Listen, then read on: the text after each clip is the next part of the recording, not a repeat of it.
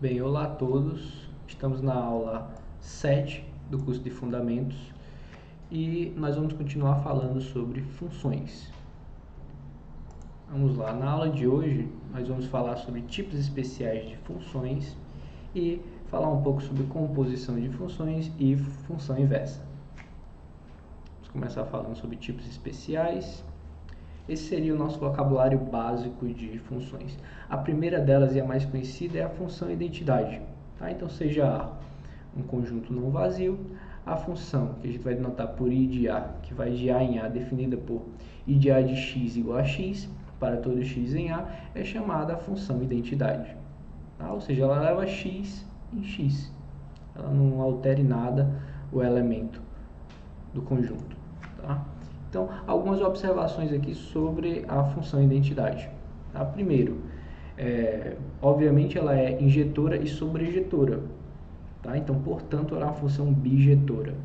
Tá? Esse é o exemplo mais simples, digamos assim, de função bijetora. Tá? E essa função ela é muito conhecida, certo? Apesar de ser uma função bastante simples, ela é uma função que aparece em muitos locais, aí, em muitos assuntos, temas da matemática. Essa é a função identidade. Tá? Então, é fácil de você verificar que ela é injetora e sobrejetora. Tá? Se você quiser praticar um pouco as definições de injetora e sobrejetora, você pode testar isso aí. Tá? Mas é extremamente simples essa verificação. Então, essa é a nossa função identidade.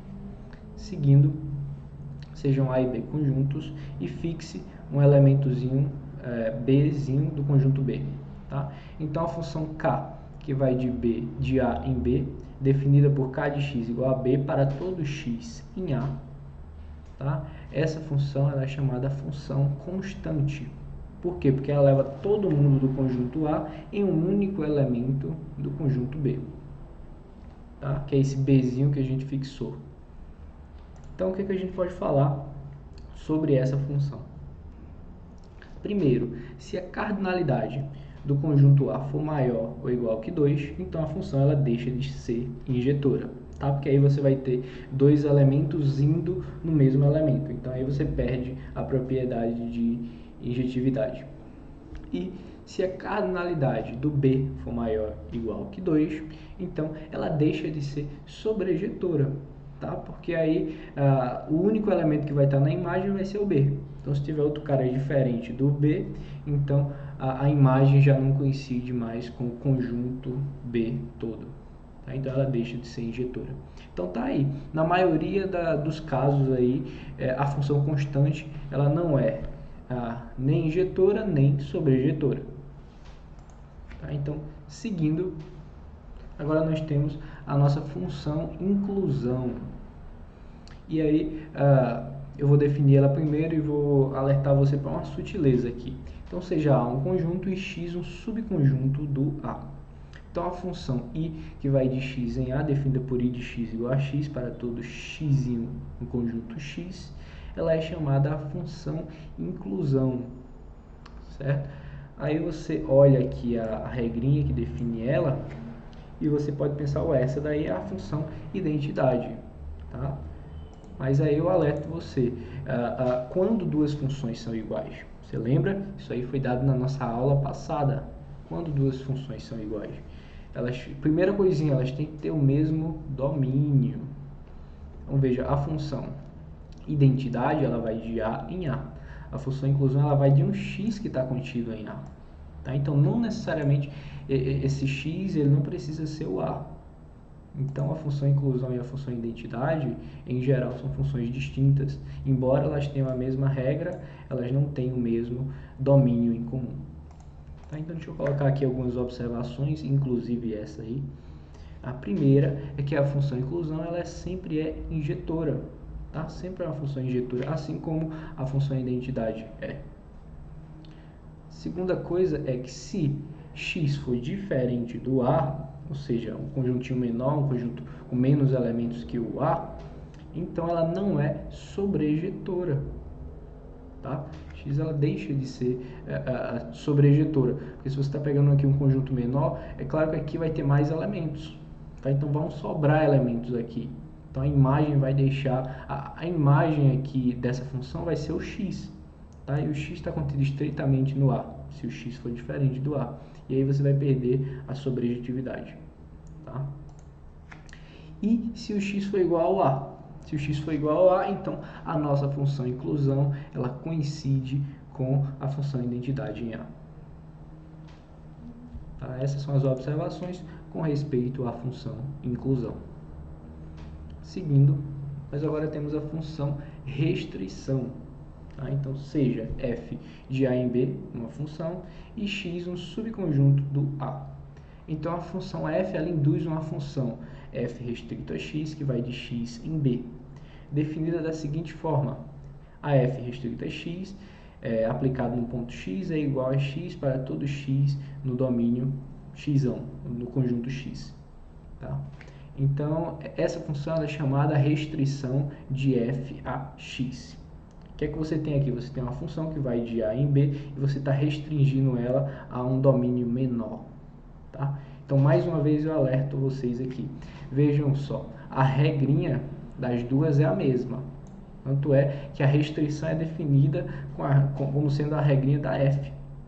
Mas por que as duas não são a mesma função? Mais uma vez, ó, domínios distintos.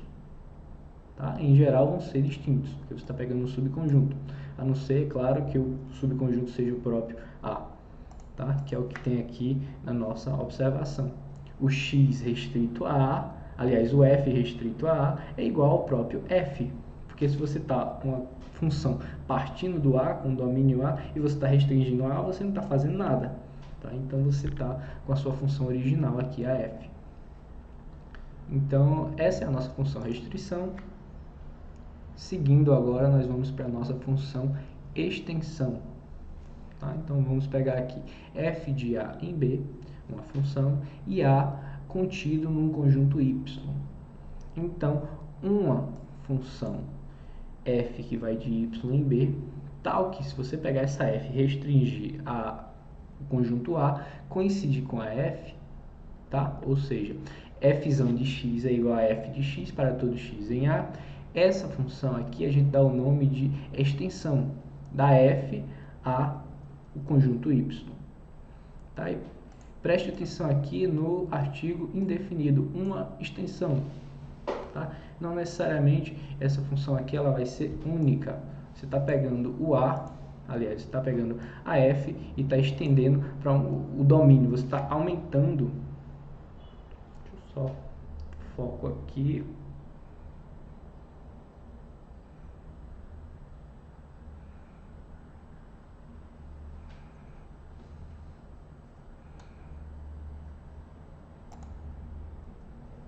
Pronto, agora voltou, foco normal. Voltando aqui, né? Função extensão, certo? Você está pegando aqui a f e está aumentando o domínio dela, tá? O domínio da f era o A. Então, você está pegando agora um fzão e você está definindo ele para um conjunto maior, um y que contém o A. Tá? E quando você volta para o A, que é o conjunto menor original, as duas funções coincidem. Tá? Então, isso aí é uma extensão da f ao conjunto y maior. E como eu falei aqui, a extensão ela não necessariamente ela é única. Vamos pegar aqui um exemplo para poder ilustrar isso. Você pega aqui a f, que vai do conjuntos naturais, em z. A função definida por f de x igual a x. Tá? Pega x e leva em x. E aí você considera f1 e f2, que vão de z em z, definidas da seguinte forma. O f1 nada mais é do que a identidade em z. Ou seja, leva x em x para todo x em z. E o f2 é a função módulo, que pega x e leva no seu valor absoluto. Tá? Vejam só, ambas são extensões, tá, de f a z. Tá? Porque quando você restringe a função identidade, você restringe a função f1, né? Você restringe a n, você vai obter a função f. E a função f2 também. Se você restringir ao n, o valor absoluto do x vai ser igual ao próprio x, e isso aí vai coincidir com o f de x. Tá? Então, ambas são extensões distintas, tá, de f a o conjunto z, que contém o n. Tá? E vejam que ambas são distintas, né? É claro que a função valor absoluto, a função módulo, é diferente da função x. Embora ambas tenham o mesmo domínio e contradomínio, a regra é diferente. Pegue, por exemplo, menos 2. Menos 2 aqui vai em menos 2. Só que menos 2 aqui no F2 vai em 2. Tá? Então, ambas não coincidem. As regras são distintas. Então, seguindo aqui, vamos agora falar sobre a função permutação. Tá? Uma função f que vai de A em A, certo? Ela é chamada uma permutação de A quando ela é bijetora.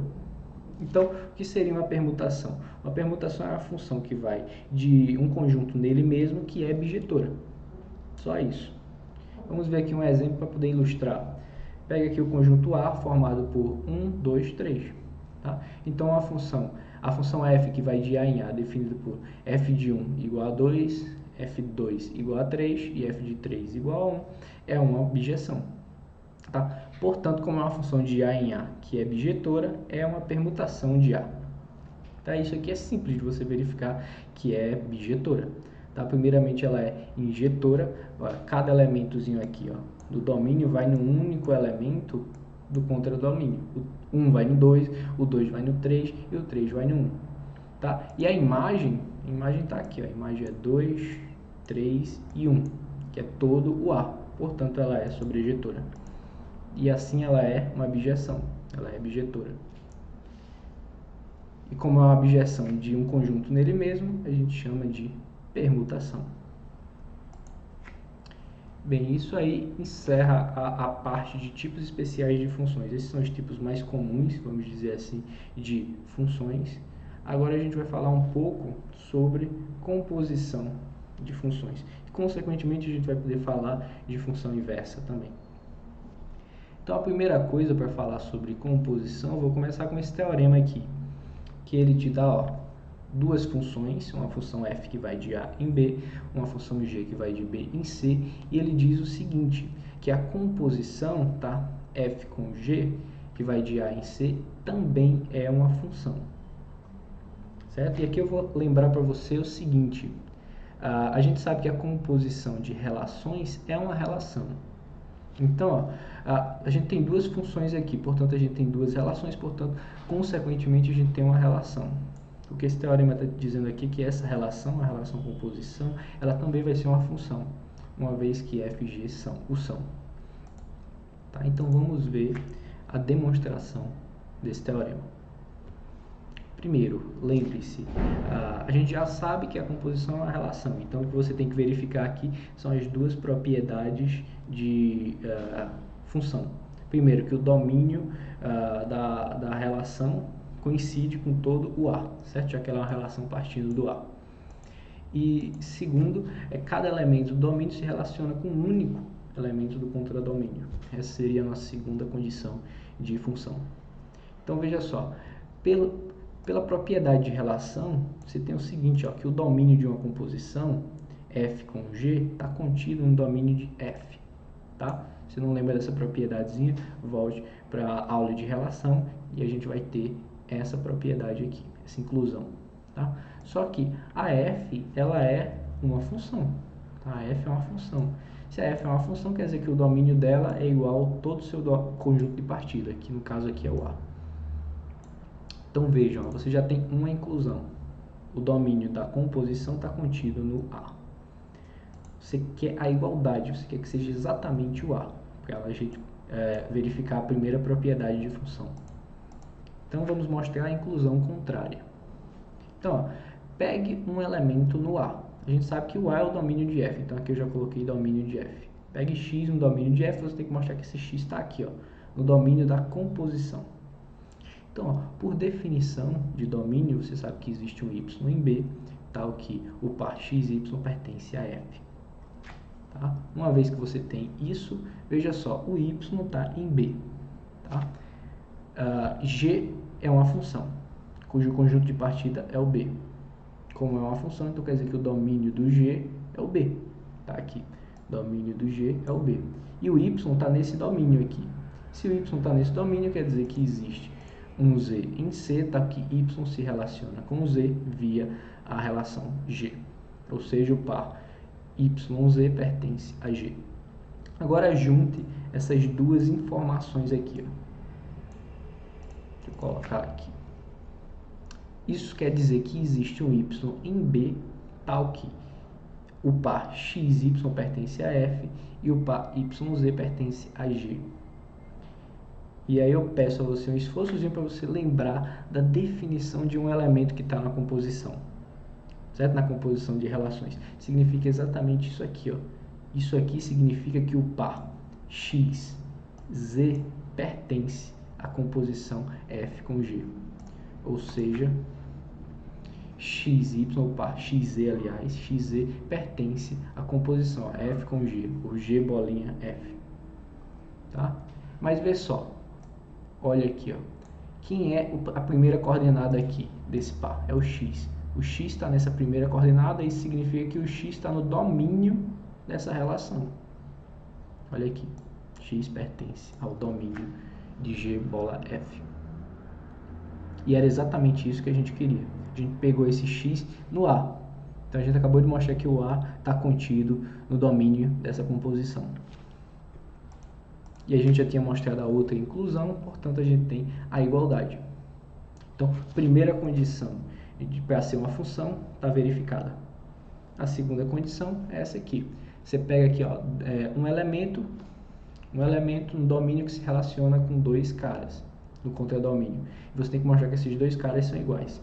Então eu peguei aqui os pares XZ1, XZ2 pertencente à composição e você tem que mostrar que o Z1 e o Z2 são iguais. Então para isso, a única coisa que a gente tem até o momento é a definição de composição, certo? Então vamos usar essa definição. Primeiro foco aqui, ó, o que significa esse par está na composição?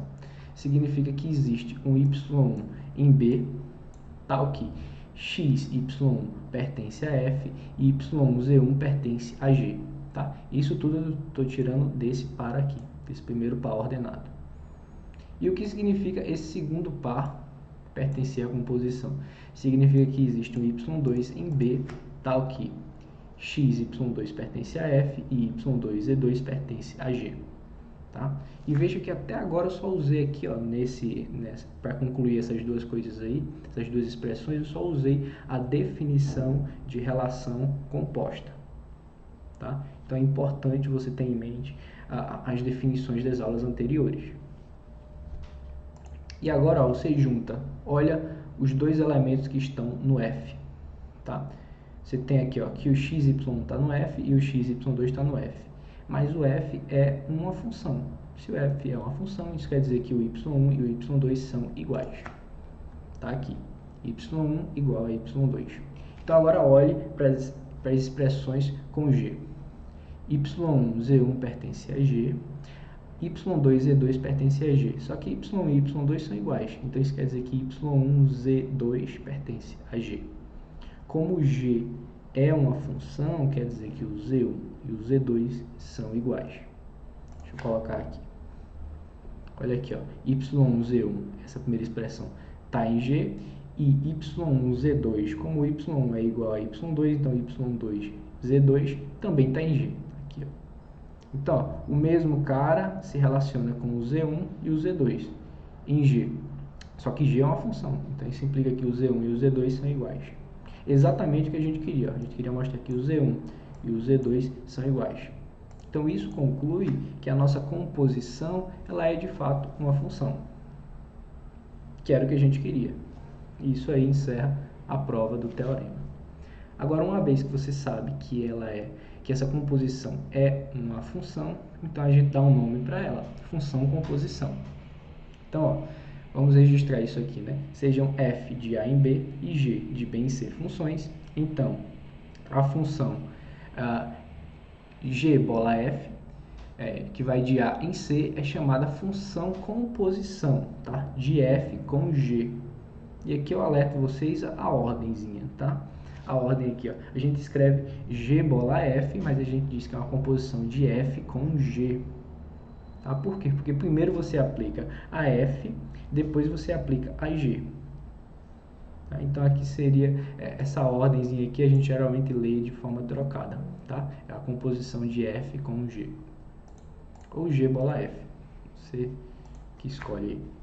Então a gente já deu um nome para essa relação, que agora a gente sabe que é uma função. E eu quero registrar aqui uma observaçãozinha com respeito à notação.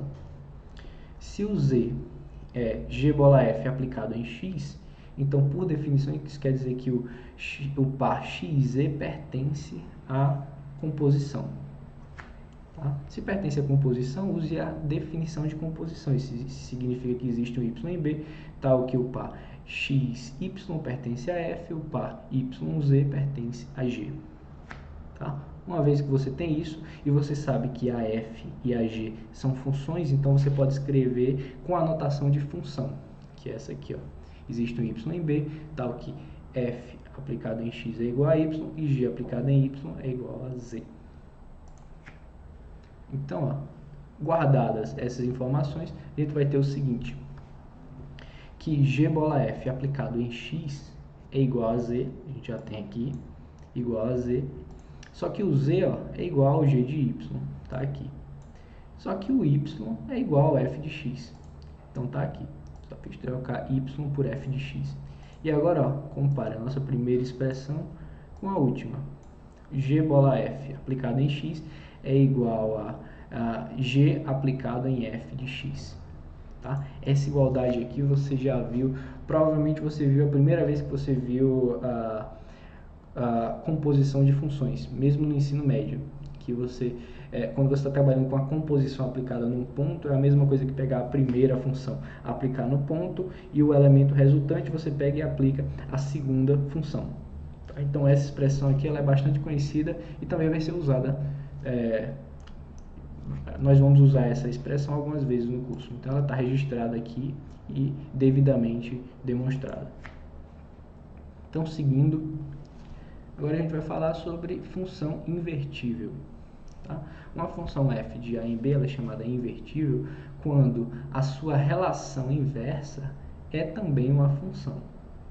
Certo? A gente sabe que toda relação tem uma relação inversa. Certo? Basta você trocar os pares, a ordem dos pares, e você obtém a relação inversa. Mas essa relação não necessariamente vai ser uma função. Mas quando for, aí a gente diz que a função original é invertível. Então, seguindo aqui uma observação, se a f ela é invertível, então você tem o seguinte, ó. Se y é igual a f de x, por definição você tem que o par xy pertence a f. Tá? Quando você inverte a ordem, você tem que o yx pertence ao f a menos 1. E como ela é invertível, o f a menos 1 é uma função. Se o f a menos 1 é uma função, então você pode usar essa anotação aqui. Quer dizer que o f a menos 1 aplicado em y é igual a x. E aí, mais uma vez, ó, compare a primeira expressão com a última. O que é que você fez aqui? Ó? Você pegou o f e passou, entre aspas, aí para o outro lado. O pagamento que o seu pagamento foi trocar, foi inverter a f. Agora não passou a f, sim a inversa da f para o outro lado. Tá aqui, ó, f a menos 1 aplicado em y igual a x. Tá? Então essa daqui também é outra expressão conhecida e bastante usada. Tá? Quando você tem, obviamente, uma função invertível. Então guardem também essa expressão que nós vamos usar algumas vezes. Então, seguindo, vamos falar agora sobre as propriedades de composição e de função inversa. Ser mais exato, de função inversa, invertível. Então, a primeira propriedade. Se a função ela é bijetora, então a relação inversa ela é uma função e ela também é bijetora. Em particular, ela vai ser invertível, né? Já que a inversa é uma função.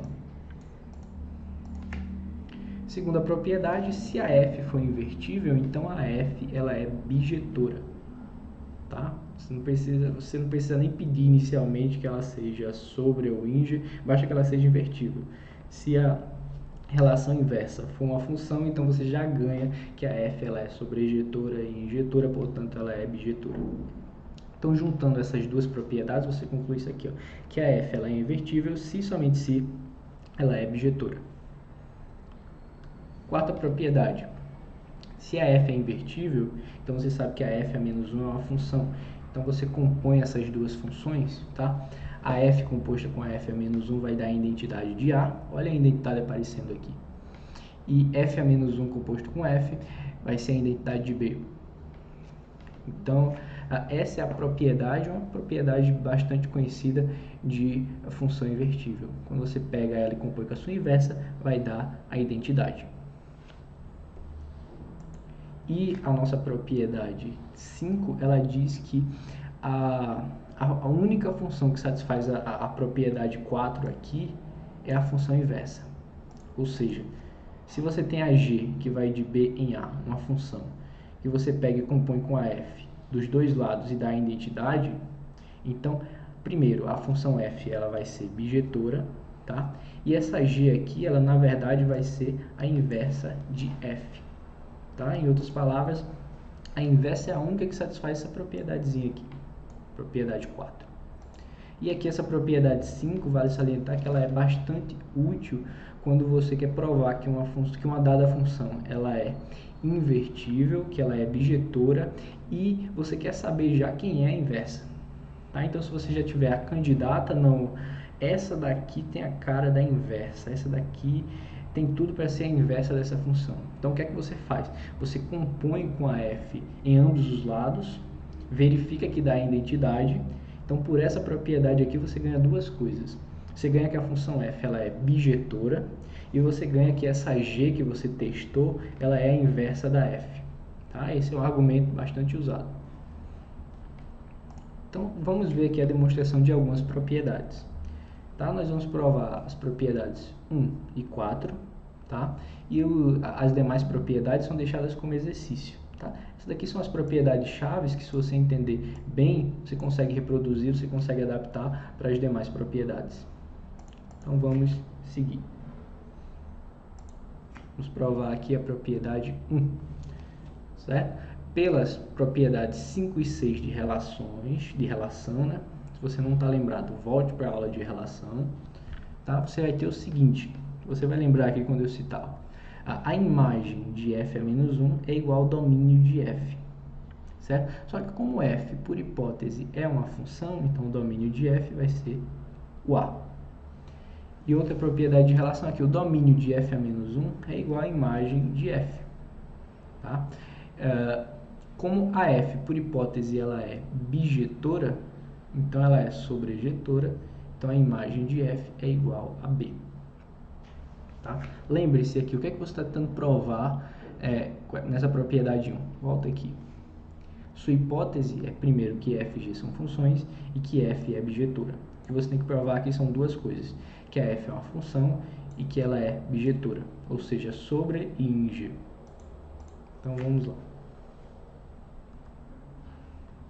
Então você ganhou aqui, ó, você ganhou aqui primeiro a primeira condição de função, certo? Que o domínio da f a menos 1 dá o b. Lembrando que a f a menos 1 vai de b em a.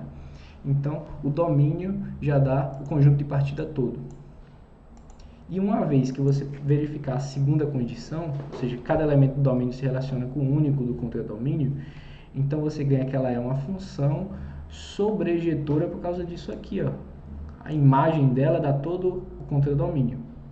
Então, se você verificar a segunda condição, você já ganha essas duas coisas, que ela é uma função e que ela é sobrejetora.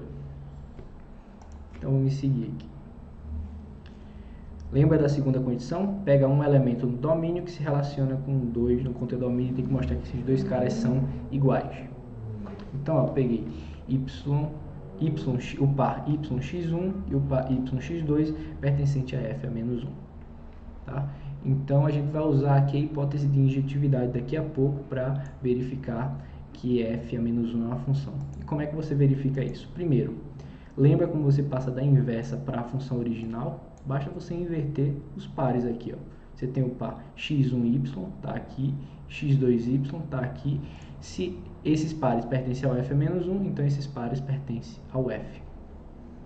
Tá? Só que f é uma função. Disso a gente sabe, isso a gente tem por hipótese. Se f é uma função, então você pode usar a notação de função. Isso significa que f aplicado em x1 dá y e f aplicado em x2 dá y.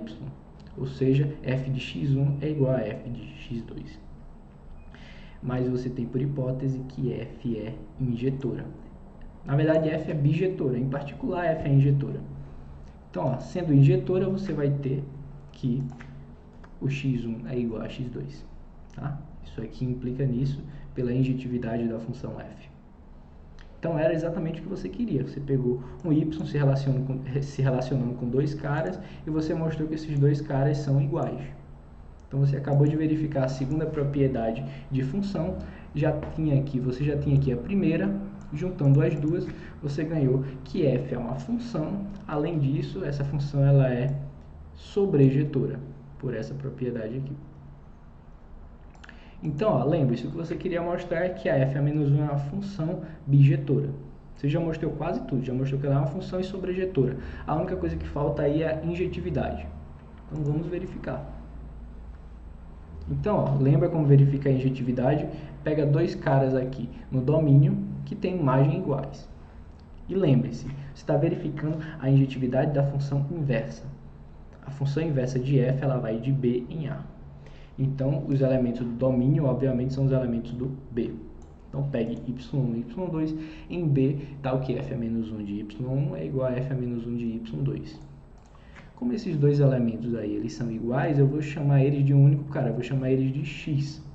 Tá? Estou dizendo que x é igual ao f(-1) de y1 e o f(-1) de y2. E agora eu vou passar para a notação de relação. Tá? Isso significa que o y1x e o y2x pertence ao f(-1). Certo? Voltando aqui, você tem que o y1x1 e o y2, aliás, o y1x e o y2x pertencem ao f(-1). Tá? Então você quer voltar para f, certo? Você tem as hipóteses sobre a f, então você sempre vai encontrar uma maneira de passar de f(-1) para f e usar as hipóteses que você tem sobre a f. Então, você sabe que você quer passar da inversa para a função original, basta você mudar a ordem aqui. Então, mudei a ordem, fica xy1 e xy2 pertence a f. E agora o que é que você tem? Você tem que f ela é uma função, certo? Então, pela segunda propriedade de função, você vai ter que o y1 e o y2 são iguais. E era exatamente o que você queria, tá? Você acabou de mostrar a injetividade da função f(-1). Então, a f(-1) ela é injetora, portanto, você já tinha que ela é uma função e você já tinha que ela é sobrejetora. Juntando tudo, você tem que a f(-1) é uma função bijetora. Tá? E isso encerra a nossa propriedade 1, a demonstração da propriedade 1. Agora a gente também vai provar a nossa propriedade 4. A propriedade 4 ela pede para você verificar duas igualdades de funções. Nós vamos verificar só essa primeira aqui. Se você entender bem essa primeira, você consegue reproduzir de forma simples essa segunda igualdade. Então lembre-se, a gente está falando de igualdade de funções, certo? Igualdade de funções, então você sempre tem que verificar três coisas, tá? As duas primeiras geralmente são fáceis, mas você tem que estar ligado. Quais são as duas primeiras? Domínios iguais e contradomínios iguais. Certo? Uma vez que você verifica essas duas primeiras, a última é a mesma regra. Muita gente vai direto para cá e não se liga nas duas primeiras. Em geral, a gente pula mesmo porque é óbvio. Mas você tem que tomar cuidado, porque às vezes uma função ela tem domínios diferentes ou contradomínios diferentes e você acaba dizendo que são iguais porque tem a mesma regra. Isso não é verdade. Lembre-se, por exemplo, da função inclusão. Certo? A função inclusão ela não é igual à função identidade porque, em geral, elas têm domínios diferentes. Tá? Então, vamos verificar essa igualdade. Primeiro, você sabe que a identidade ela vai de A em A. Certo? Ou seja, domínio contra domínio é igual a A. E f composto com f(-1), veja só, o f vai de A em B e o f(-1) vai de B em A. Então, a composição vai de A em A. Então, domínio e contradomínio aqui são iguais, todos iguais a A. Então, por isso que em nenhum momento aqui é dito domínios e contradomínios são iguais. Tá? Porque isso aí é óbvio, pelo menos para esse contexto. Tá? Mas em alguns contextos não são. Então, pelo menos mentalmente, você tem que verificar isso aí. Tá? Então, o que a gente vai mostrar de fato é a regrinha. Vamos mostrar que a regrinha das duas coincidem. Então, primeiro, pegue um elemento arbitrário no domínio dessas funções, que é o A, tá? Mas a gente sabe que esse A também é o domínio da f. Tá? Então, por definição de domínio, existe um y em B, tal que y é igual a f de x. Então, sendo f invertível, a gente tem por hipótese que f é invertível, então a gente viu como uma observação que você pode passar o f para o outro lado, né? Em forma da sua inversa. Então, a gente fez aqui, significa que o x é igual a f a menos 1 de y.